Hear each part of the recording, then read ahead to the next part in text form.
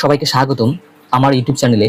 আজকে আমরা আলোচনা করব ভারতের সংবিধানের কিছু গুরুত্বপূর্ণ পরিভাষা, যা ভারতীয় হিসেবে এবং একজন প্রাথমিক বিদ্যালয়ের শিক্ষক হিসেবে আমাদের অবগত হওয়া প্রয়োজন, এবং এটি ইন্টারভিউয়ের পয়েন্ট অফ ভিউ থেকে অনেক ইম্পর্টেন্ট। যেমন সার্বভৌম, সমাজতান্ত্রিক, ধর্মনিরপেক্ষ, গণতান্ত্রিক, প্রজাতন্ত্র। তো এই বিষয়গুলো সম্পর্কে আজকে আমরা জানবো। ইন্টারভিউতে কি কি বিষয় জিজ্ঞেস করবে সেই বিষয়ে নির্দিষ্ট কোনো সিলেবাস নেই, কিন্তু একজন আদর্শ প্রার্থী হিসেবে আমাদের যা যা জানা দরকার সেটা আমরা যতটুকু সম্ভব জানার চেষ্টা করব। ইন্টারভিউতে যা যা প্রশ্ন জিজ্ঞেস করবে তাদের সবগুলি আপনাকে পেতে হবে এমন কোনো বিষয় নেই, আর সেটা সবার পক্ষে জানার কথাও নয়। তবুও একবার যদি আপনি একটা প্রশ্নের উত্তর দিতে না পারেন, তাহলে আপনার কনফিডেন্স অটোমেটিকলি লো হয়ে যাবে। তো আমরা যথাসম্ভব চেষ্টা করব যাতে আমাদের ইমপ্রেশন ইন্টারভিউ টেবিলে হাই থাকে, আর তার জন্য আমাকে সেভাবেই প্রস্তুতি নিতে হবে।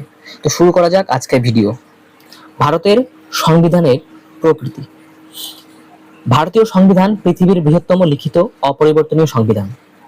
কোনো দেশের সংবিধান তার রাজনৈতিক কাঠামো, নাগরিকদের অধিকার এবং রাষ্ট্রের কার্যপ্রণালী নির্ধারণ করে, কিন্তু সব দেশের সংবিধান কি লিখিত হয়? না। বিশ্বের অনেক দেশেই মৌখিক বা প্রচলিত রীতিনীতির উপর ভিত্তি করে সংবিধান পরিচালিত হয়। যেমন যুক্তরাজ্য, সেখানকার যে সংবিধান সেটি হচ্ছে অলিখিত সংবিধান।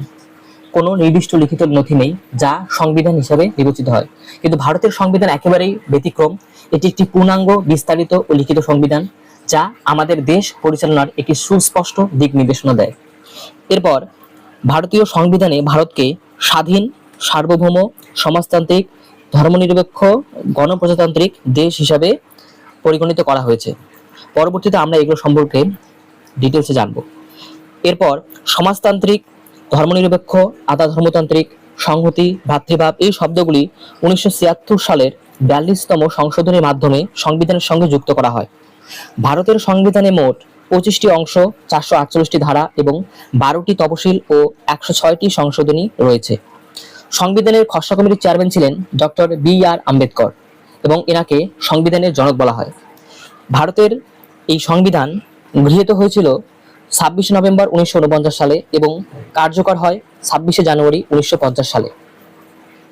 এবার ভারতীয় সংবিধানে ভারতকে যে সার্বভৌম বলা হয়েছে, তো সার্বভৌমটা কি সেটা সম্পর্কে জানবো। কোনো দেশ বা রাষ্ট্রের নিজের অভ্যন্তরীণ এবং অন্যান্য রাষ্ট্রের সঙ্গে সম্পর্ক নির্ধারণের চূড়ান্ত ক্ষমতাকে সার্বভৌমতা বোঝায়। এটি রাষ্ট্র গঠনের মুখ্য উপাদান, এটি ছাড়া রাষ্ট্র গঠিত হতে পারে না। অর্থাৎ ভারত তার নিজস্ব সিদ্ধান্ত গ্রহণে সম্পূর্ণ স্বাধীন, কোনো বাইরের শক্তির অধীন নয়। ভারতের ভেতরে সর্বোচ্চ ক্ষমতার অধিকারী হলো জনগণ, আর আন্তর্জাতিক ক্ষেত্রেও ভারত স্বাধীনভাবে সিদ্ধান্ত নিতে পারে। এরপর রয়েছে সমাজতান্ত্রিক। এর অর্থ হচ্ছে সম্পদের ন্যায়সঙ্গত বন্টন, অর্থনৈতিক ও সামাজিক সমতা, যেমন শিক্ষা ও স্বাস্থ্য পরিষেবা সবার জন্য উন্মুক্ত করা। অর্থাৎ দেশে ধন সম্পদ ও সুযোগ সুবিধার ন্যায্য বন্টন হবে, ধনী গরিবের বৈষম্য কমানো হবে এবং প্রত্যেক নাগরিকের সামাজিক ও অর্থনৈতিক ন্যায় বিচার নিশ্চিত করা হবে। সমাজতান্ত্রিক মানে শুধু অর্থনৈতিক উন্নয়ন নয়, বরং সমাজের সব শ্রেণীর মানুষের সমান সুযোগ নিশ্চিত করা। এরপর রয়েছে ধর্মনিরপেক্ষ। ধর্মনিরপেক্ষ বলতে বোঝায় রাষ্ট্র সব ধর্মকে সমান চোখে দেখে, কোনো সরকারি ধর্ম নেই। ধর্মনিরপেক্ষবাদ বলতে সাধারণত রাষ্ট্র আর ধর্মকে পৃথক রূপে প্রকাশ করাকে বোঝায়। এক্ষেত্রে রাষ্ট্রকে ধর্ম বা ধর্ম রীতিনীতির বাইরে থেকে পরিচালনা করাকে বোঝায়। এক্ষেত্রে রাষ্ট্রের আইন কোনো নির্দিষ্ট ধর্মের উপর নির্ভরশীল থাকে না। এরপর রয়েছে প্রজাতান্ত্রিক। প্রজাতন্ত্র হলো এমন একটি রাষ্ট্রীয় ব্যবস্থা যেখানে জনগণই সমস্ত ক্ষমতার উৎস। এখানে রাজা বা রানীর কোনো অস্তিত্ব নেই। ভারতের সর্বোচ্চ পদাধিকারী বা রাষ্ট্রপতি প্রত্যক্ষ বা পরোক্ষভাবে জনগণের দ্বারা নির্বাচিত হবেন। এরপর হচ্ছে গণতন্ত্র বা ডেমোক্রেটিক। গণতন্ত্রের অর্থ হচ্ছে সরকার জনগণের দ্বারা নির্বাচিত, যেন ভোটাধিকারের মাধ্যমে প্রাপ্তবয়স্ক নাগরিক ভোট দিয়ে সরকার গঠন করতে পারে। এই গণতন্ত্রের সংজ্ঞা সম্পর্কে আমেরিকার প্রেসিডেন্ট আব্রাহাম লিঙ্কনের একটি মতবাদ, government of the people, by the people, for the people.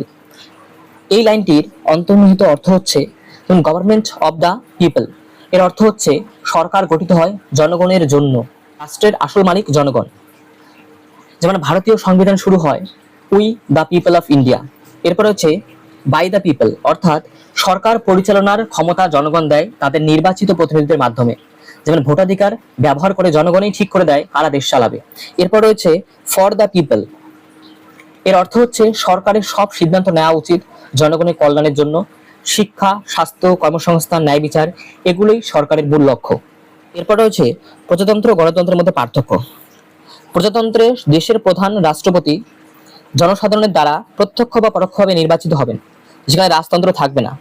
আর গণতন্ত্র হচ্ছে দেশের সরকার বা রাষ্ট্রের সরকার নির্বাচিত হবেন জনগণের প্রত্যক্ষ ভোটদানের মাধ্যমে, যেখানে সরকারি সমস্ত কাজে জনগণ অংশগ্রহণ করতে পারবে। যেমন চীন হচ্ছে প্রজাতান্ত্রিক দেশ, ইংল্যান্ড গণতান্ত্রিক দেশ, আর ভারত হচ্ছে গণপ্রজাতান্ত্রিক দেশ। এরপর হচ্ছে মৌলিক অধিকার। ভারতের সংবিধানের ৩য় ভাগের ১২ থেকে ৩৫ নং অনুচ্ছেদের মধ্যে ভারতের নাগরিকদের যে মৌলিক অধিকার সেগুলি নিশ্চিত করা হয়েছে। যেমন হচ্ছে সমতার অধিকার, স্বাধীনতার অধিকার, শোষণের বিরুদ্ধে অধিকার, ধর্মের স্বাধীনতা অধিকার, সাংস্কৃতিক ও শিক্ষাগত অধিকার, সাংবিধানিক প্রতিকারের অধিকার। এই মৌলিক অধিকারগুলি মার্কিন যুক্তরাষ্ট্র থেকে নেওয়া হয়েছে। মৌলিক অধিকারের কিছু বৈশিষ্ট্য। মৌলিক অধিকারগুলি অবাধ ও অনিয়ন্ত্রিত নয়। ভারতীয় সংবিধানে বর্ণিত মৌলিক অধিকারগুলি আদালত দ্বারা বলবৎযোগ্য। কোন অধিকারটিকে মৌলিক অধিকার থেকে বাদ দেওয়া হয়েছে? সম্পত্তির অধিকার। এটি 1978 সালের 44তম সংশোধনীর মাধ্যমে মৌলিক অধিকার থেকে বাদ দেওয়া হয়েছে। এরপর রয়েছে মৌলিক কর্তব্য। এই মৌলিক কর্তব্যগুলি 1976 সালে 42তম সংশোধনী আইন দ্বারা সংবিধানে সংযোজন করা হয়। শুরুতে ছিল 10টি কর্তব্য, পরে 86তম সংশোধনী আইন দ্বারা আরও একটি যোগ করা হয়, যেটি ছিল বিনামূল্যে ও বাধ্যতামূলক প্রাথমিক শিক্ষা নিশ্চিত করা। বর্তমানে মোট 11টি মৌলিক কর্তব্য রয়েছে, যথা 1 নম্বর সংবিধান, জাতীয় পতাকা ও জাতীয় সঙ্গীতকে সম্মান করা, স্বাধীনতা সংগ্রামে দেশের জন্য যারা আত্মত্যাগ করেছেন তাদের আদর্শকে মূল্যায়ন করা, ভারতের ঐক্য, অখণ্ডতা ও ভ্রাতৃত্ববোধ রক্ষা উন্নত করা। এরপর হচ্ছে দেশের প্রতিরক্ষা করা এবং প্রয়োজনে ভারতীয় সেবায় অংশগ্রহণ করা। এরপর হচ্ছে ধর্মীয় ও সামাজিক সম্প্রীতি বজায় রাখা এবং নারীর মর্যাদা রক্ষা করা। এবার হচ্ছে দেশের সমৃদ্ধ ঐতিহ্য সংস্কৃতি সংরক্ষণ ও উন্নত করা। এরপর পরিবেশ, বন, হ্রদ, নদী, বন্যপ্রাণী রক্ষা করা, বৈজ্ঞানিক মনোভাব, মানবতাবাদ ও অনুসন্ধানমূলক চেতনা গড়ে তোলা, তারপর সরকারি সম্পত্তি রক্ষা করা এবং হিংস্রতা পরিহার করা। এরপর ব্যক্তিগত ও সামাজিক ক্ষেত্রে উৎকর্ষ সাধনের চেষ্টা করা। এরপর 6 থেকে 14 বছর বয়সী শিশুদের জন্য বিনামূল্যে ও বাধ্যতামূলক প্রাথমিক শিক্ষা নিশ্চিত করা। এই ছিল মৌলিক অধিকার। এরপর রয়েছে শিক্ষা সংক্রান্ত ধারা। আমরা জানি দেশের উন্নতির মূল চাবিকাঠি হলো শিক্ষা, তাই ভারতের সংবিধানেও শিক্ষাকে খুব গুরুত্ব দেওয়া হয়েছে। সংবিধানের বিভিন্ন ধারায় শিক্ষার কথা স্পষ্টভাবে উল্লেখ আছে। এখন আমরা একে একে সেই শিক্ষা সংক্রান্ত ধারাগুলো নিয়ে আলোচনা করব। 28 নং ধারায় বলা আছে সরকারি সাহায্যপ্রাপ্ত প্রতিষ্ঠানে ধর্মীয় শিক্ষা দেওয়া যাবে না। এরপর 30-এর 1 নম্বর ধারায় বলা আছে সরকারি সাহায্যপ্রাপ্ত শিক্ষা প্রতিষ্ঠানে ধর্ম, বর্ণ বা ভাষার পার্থক্য শিক্ষার্থীদের প্রবেশাধিকার থেকে বঞ্চিত করবে না। এরপর 45 নং ধারায় বলা আছে সংবিধান কার্যকরী হওয়ার 10 বছরের মধ্যে 6 থেকে 14 বছর বয়সী সব শিশুদের শিক্ষা অবৈতনিক ও বাধ্যতামূলক করতে হবে। এরপর 46 নং ধারায় তপশিলি জাতি উপজাতি মানুষদের জন্য শিক্ষাগত ও আর্থিক সুবিধার ব্যবস্থা করতে হবে। এরপর 350-এর ক নং ধারায় প্রাথমিক স্তরে শিশুদের মাতৃভাষায় শিক্ষা দিতে হবে। এরপর 351 নং-এর হিন্দি ভাষার উন্নতি ও বিস্তার ঘটানো ভারত সরকারের অন্যতম কর্তব্য। এরপর 21-এর 1 নং ধারায় 86তম সংশোধনী 2002, যেখানে 6 থেকে 14 বছর বয়সী শিশুদের শিক্ষা অবৈতনিক ও বাধ্যতামূলক করতে হবে একথা বলা হয়েছে।